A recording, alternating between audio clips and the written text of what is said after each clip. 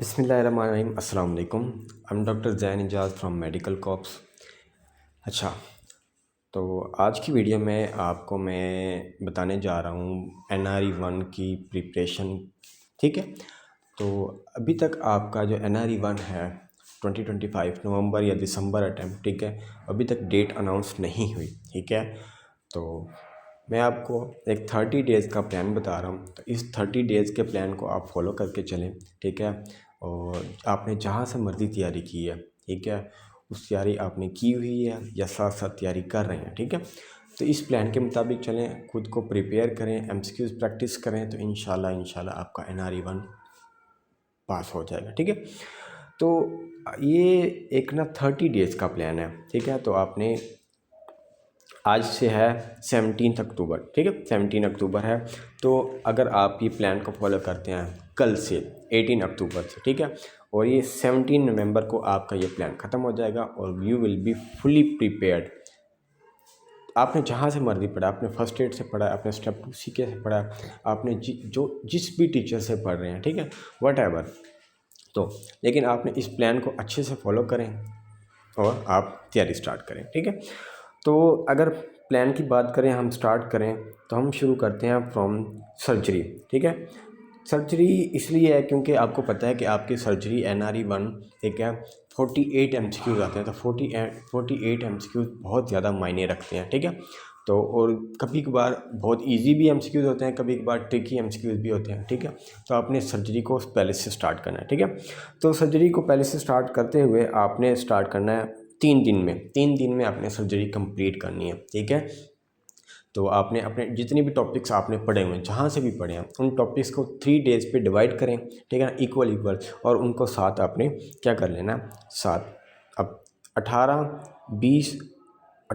19 और 20 को, इन 3 दिन में आपने पढ़नी है सर्जरी। ठीक है, सर्जरी के साथ एक और छोटा सा सब्जेक्ट ऐड कर लें और वो है आपकी अपर लिम्ब की एनाटॉमी। ठीक है, अब एनाटॉमी जो है, एक तो बहुत ज़्यादा बच्चे पढ़ते नहीं हैं। ठीक है, और जो पढ़ते हैं तो वो भूल जाते हैं। ठीक है, तो बार बार एनाटॉमी, कुछ सब्जेक्ट्स हैं जो बार बार पढ़ने वाले हैं, जैसे कि आपके पास एनाटॉमी है, फार्माकोलॉजी है, इन्फेक्शियस डिजीज़ माइक्रोबायोलॉजी है। ठीक है, तो ये आपने बार बार पढ़ें ताकि ये अच्छे से आपके पास प्रिपेयर हो जाए। ठीक है, तो आपने सर्जरी को 3 टॉपिक्स पे 3 डेज़ पे डिवाइड करना है और सर्जरी को कंप्लीट करना है और साथ अपर लिम्ब की एनाटॉमी को। ठीक है, लेकिन अपर लिम्ब की एनाटॉमी को आपने 3 डेज़ पे डिवाइड नहीं करना, उसको आपने डिवाइड करना है 2 डेज़ पे। ठीक है, आपने एक दिन में अपर लिम्ब एनाटॉमी एक दिन में करनी है और दूसरे दिन में upper limb anatomy second part करना है, और थर्ड डे पे आपने कंप्लीट अपर लिम्ब एनाटॉमी दोबारा रिवाइज करनी होगी। ठीक है, तो first 3 days of preparation will be included surgery and upper limb anatomy. ठीक है, तो और साथ साथ आप जो भी MCQ बैंक यूज़ कर रहे हैं, ठीक है, तो पास पेपर से, किसी भी बुक से, या कोई भी MCQ बैंक यूज़ कर रहे हैं, तो वो साथ साथ अपना कंटिन्यू रखना है। अगर ये काम करने के बाद आपके पास कोई टाइम बच जाता है, तो आपने वो अपनी सेल्फ स्टडी कर लेंगे। ठीक है, तो अगर आप हाउस जॉब नहीं कर रहे और कोई काम नहीं कर रहे, कोई जॉब वगैरह नहीं कर रहे, सिर्फ NRE-1 की तैयारी कर रहे हैं, तो डेली आपको अब 10 से 12 घंटे तकरीबन 8 से 10 घंटे तो आपको देने चाहिए ताकि आपका NRE-1 प्रिपेयर हो जाए। ठीक है, अगर आपने तैयारी अभी तक शुरू नहीं की, ठीक है ना, और आप तैयारी करना चाह रहे हैं, तो हम तैयारी करवा रहे हैं। ठीक है ना, तो आप इस कोर्स का पार्ट हिस्सा बन सकते हैं और अपनी तैयारी सुकून से कर सकते हैं। ठीक है, तो सर्जरी हमारा कोर्स चल रहा है, क्रैश कोर्स चल रहा है, वो 40 डेज़ का क्रैश कोर्स था। ठीक है, जिसमें से हमने तकरीबन ज़्यादा से ज़्यादा सब्जेक्ट्स कवर कर लिए हैं और रिकॉर्डेड लेक्चर्स भी अवेलेबल हैं। ठीक है, तो आपको रिकॉर्डेड लेक्चर्स भी मिल जाएंगे।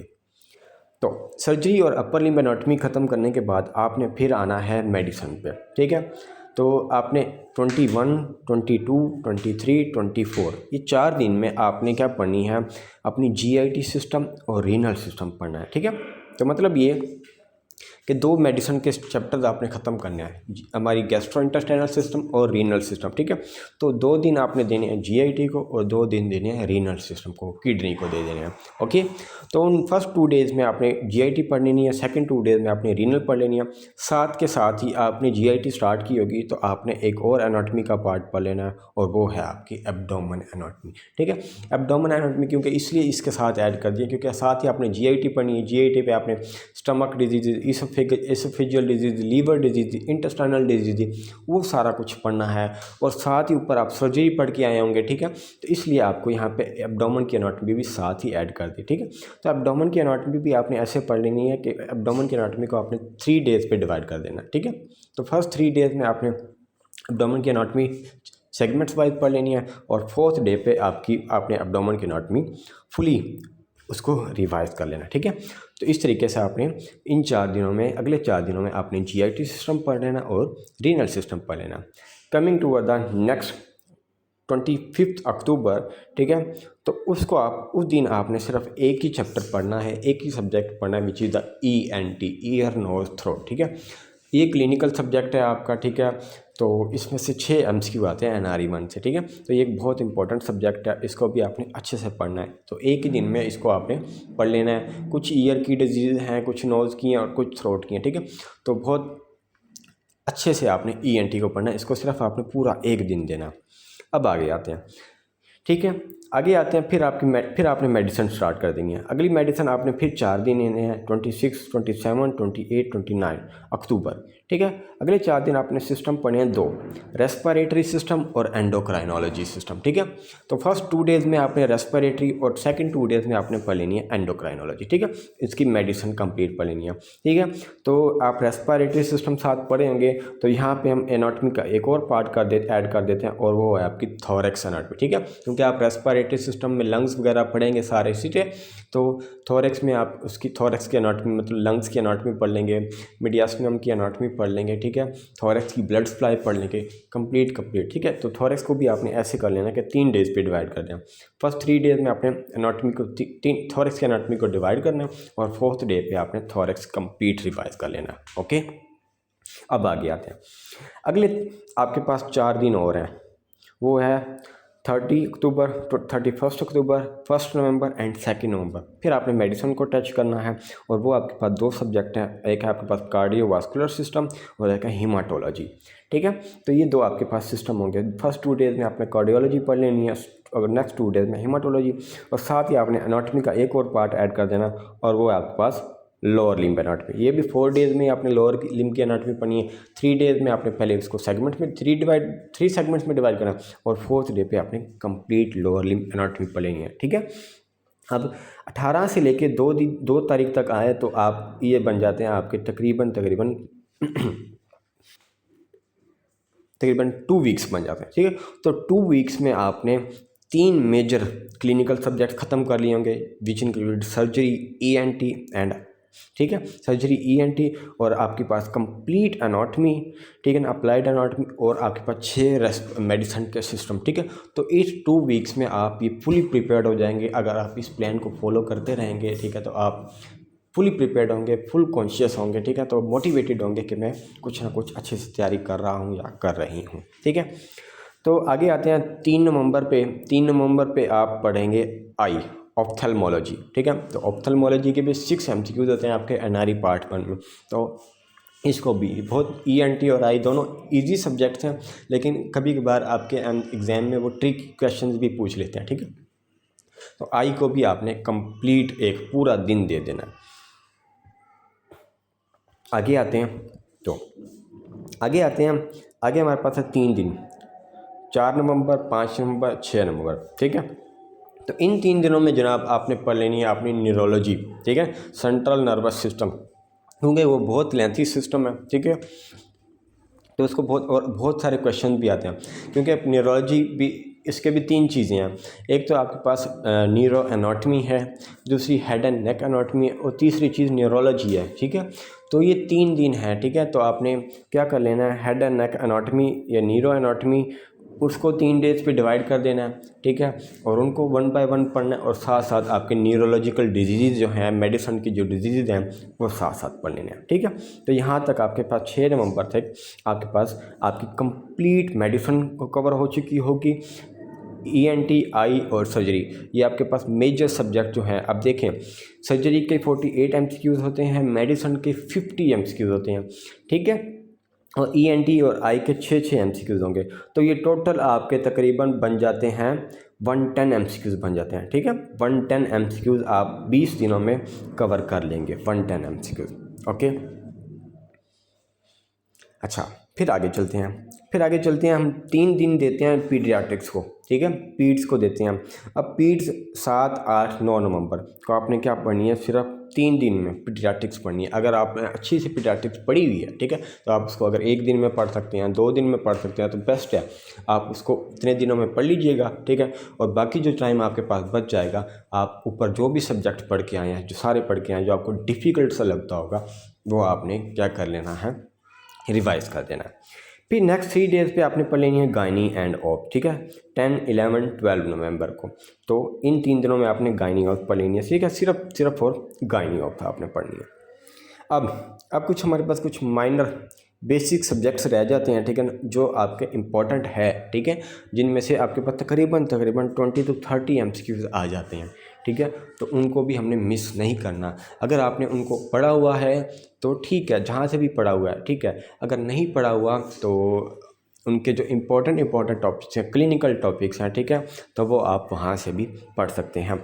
और वो मेजर सब्जेक्ट्स हैं आपके पास बायोकेमिस्ट्री। तो 13 नवंबर को आपने क्या पढ़नी है, बायोकेमिस्ट्री पढ़ लेनी है, ठीक है।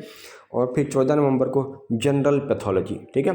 तो कभी के बाद जनरल पैथो जो है ये भी इम्पोर्टेंट है, इससे भी आपके पास, इस सेगमेंट से भी आपके पास MCQs आते हैं, ठीक है। तो जनरल पैथो एक छोटा सा सब्जेक्ट है, अगर आपने पढ़ा हुआ है तो आपने एक ही दिन में उसको रिवाइज़ कर लेना, और साथ ही साथ जितनी रिवीजन आपके से हो सके सर्जरी की, ठीक है, तो आपने सर्जरी की रिवीजन कर लेनी होगी।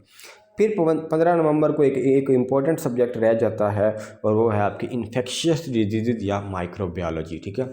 तो ये सब्जेक्ट बहुत ज़्यादा इम्पोर्टेंट है, ठीक है, माइक्रोबायोलॉजी। तो इसको आपने 15 नवंबर पूरा एक दिन दे देना। तो कमिंग टूवर्ड नेक्स्ट 16 नवंबर फार्माकोलॉजी भी बहुत इंपॉर्टेंट है आपके पास एग्जाम में, अप्लाइड फार्मा, ठीक है। तो वो क्लिनिकल केस दे के आपसे फार्माकोलॉजी के क्वेश्चन पूछते हैं, तो वो आपने कर लेनी है 16 नवंबर को, ओके। फिर इस तरीके से यहाँ तक आपके टोटल आपके जो NRE 1 के इम्पोर्टेंट क्लिनिकल बेसिक सब्जेक्ट जो हैं वो 16 नवंबर तक आपके ख़त्म हो जाएंगे। फिर आते हैं 17 नवंबर को, ठीक है।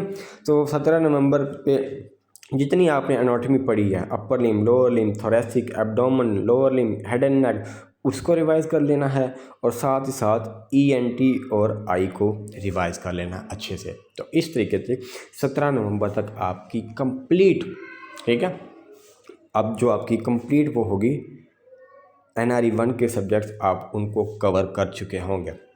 अब एक और बात इम्पॉर्टेंट है, और वो आप उसको याद कर लें, वो ये है कि अक्सर बच्चे करते क्या हैं कि उनको ना कोई टॉपिक्स मुश्किल लगता है या कोई सब्जेक्ट मुश्किल लगता है। अब आप फर्स्ट डे से स्टार्ट हुए 30 डे तक आए, ठीक है।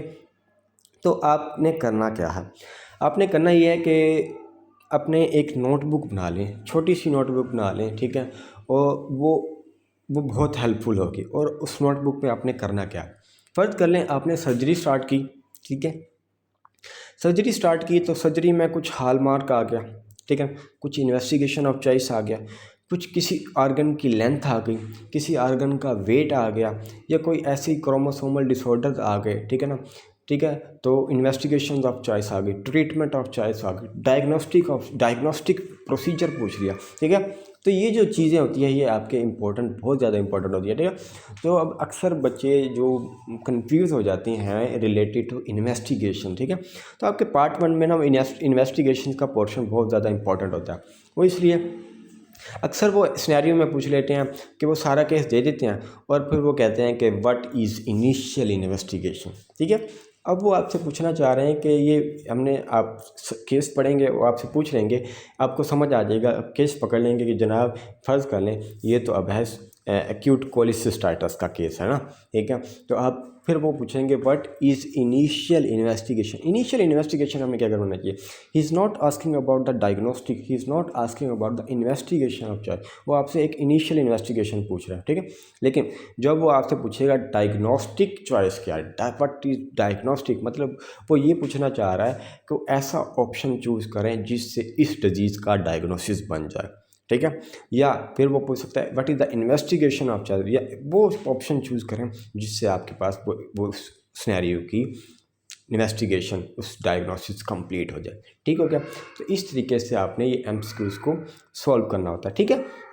तो वही नोटबुक आपने स्टार्ट करनी है। सर्जरी में जो इन्वेस्टिगेशन ऑफ चॉइसेस आएंगी, ठीक है, जो ट्रीटमेंट ऑफ चॉइसेस आएंगी, ठीक है, जो चीज़ और दूसरी चीज़ जो आपको मुश्किल लग रही होगी, मतलब ये कोई आपने कोई लाइन पढ़ी या कोई टॉपिक पढ़ा और आपको लगा कि यार ये मुझे भूल जाएगा, तो उस टॉपिक को आपने अंडरलाइन कर लेना, मार्क कर लेना, ठीक है, और अपनी नोटबुक पे शॉर्ट में लिख देना है, ठीक है। तो जब आप फिर उस नोटबुक को डेली उस नोटबुक को आपने उठाना है और रिवाइज करना है। इस तरीके से आपके पास कंप्लीट जो आपके पास जो चीज़ें भूलने वाली होंगी वो आपको डेली बेस पे याद होती रहेंगी।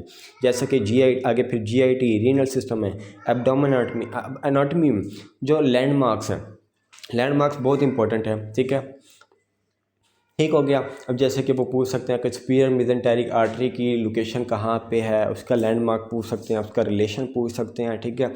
फिर वो जो आपकी अपर लिम्ब में आपकी नर्व्स की डैमेज है, ठीक है, कौन सा फ्रैक्चर हो तो कौन सी नर्व डैमेज हो जाएगी, ठीक है। तो जब इस तरीके से आपकी एक्सिलरी नर्व कब डैमेज होती है, आपकी रेडियल नर्व कब डैमेज होती है, तो ये छोटी छोटी चीज़ें होती हैं, इनको आप अपनी नोटबुक में लिखते जाएंगे और डेली बेस पे रिवाइज करेंगे, तो एंड ऑफ डे प्रिपरेशन तो आप फुली प्रिपेयर्ड होंगे, आपको कोई मसला नहीं होगा। ईएनटी में भी ऐसा कोई आपको मुश्किल सवाल मिला, ठीक है, माइक्रोबायोलॉजी में आपको ऐसा कोई मुश्किल सवाल मिला जो ट्रिकी हो, आपको बार बार भूल रहा हो, तो उसको आपने क्या करना है, अपनी नोटबुक पे राइट करना है, जिससे आपको बहुत इजी हो जाएगा। वो चीज़ें बार बार आप रिवाइज करेंगे, ठीक है ना। एक टॉपिक को आप जब 30 टाइम रिवाइज करेंगे एक ही लाइन को, तो आपको ज़िंदगी भर कभी नहीं भूलेगी, ठीक है। इस तरीके से आपने NRE 1 की तैयारी करनी है, क्योंकि आपको पहले बताया कि अभी तक NRE 1 की डेट अनाउंस नहीं हुई, तो आज 17 तारीख हो गई है। जैसे वो आपकी जो डेट देते हैं, NRE 1 की डेट देते हैं ना, तकरीबन एग्ज़ाम से 30 to 35 डेज़ पहले देते हैं, ठीक है। अगर अंदाज़ा लगा लें कि अगर इसी वीक या नेक्स्ट वीक भी आपको डेट देते हैं, तो वो कम से कम आपको एंड ऑफ नवंबर या स्टार्ट ऑफ दिसंबर की डेट देंगे, ठीक है। तो ये प्लान मैंने सिर्फ 30 डेज़ का बनाया ताकि 30 डेज़ को आप कवर करें, ठीक है। जब आप इस प्लान को कवर कर लेंगे और अगर आपका एग्ज़ाम दिसंबर में चला गया, ठीक है, दिसंबर में चला गया, तो फिर आपके पास 13 दिन और होंगे नवंबर के पढ़ने के लिए, ठीक है। तो उन 13 दिन में मतलब जितने फिर डेज बच जाएंगे, उन डेज़ का मैं आपको एक और प्लान बना के दूंगा, जिनमें आप डेली बेस पे जो सारे सिस्टम आप पढ़ के आए हैं 30 डेज़ में, उनको डेली बेस पे अब पहले आपने सर्जरी 3 दिन में की, फिर वो आप 1 दिन में करेंगे, ठीक है, सिर्फ सर्जरी करेंगे। फिर 1 दिन में आप हाफ मेडिसिन करेंगे, 4 सिस्टम कर लेंगे, ठीक है। फिर अगले दिन में सर्जरी और मेडिसिन, ठीक है। तो इस तरीके से आपकी सर्जरी, मेडिसिन, ENT जितने भी क्लिनिकल सब्जेक्ट्स हैं, ठीक है, तो आप 4 से 5 दफ़ा आप रिवाइज कर चुके होंगे उन सिस्टम को, ठीक है, जिससे आपकी तैयारी और ज़्यादा अच्छी हो जाएगी, ठीक है। तो इस तरीके से आप चलिए और आपका पार्ट 1 इंशाल्लाह ज़रूर पास हो जाएगा। तो थैंक यू सो मच।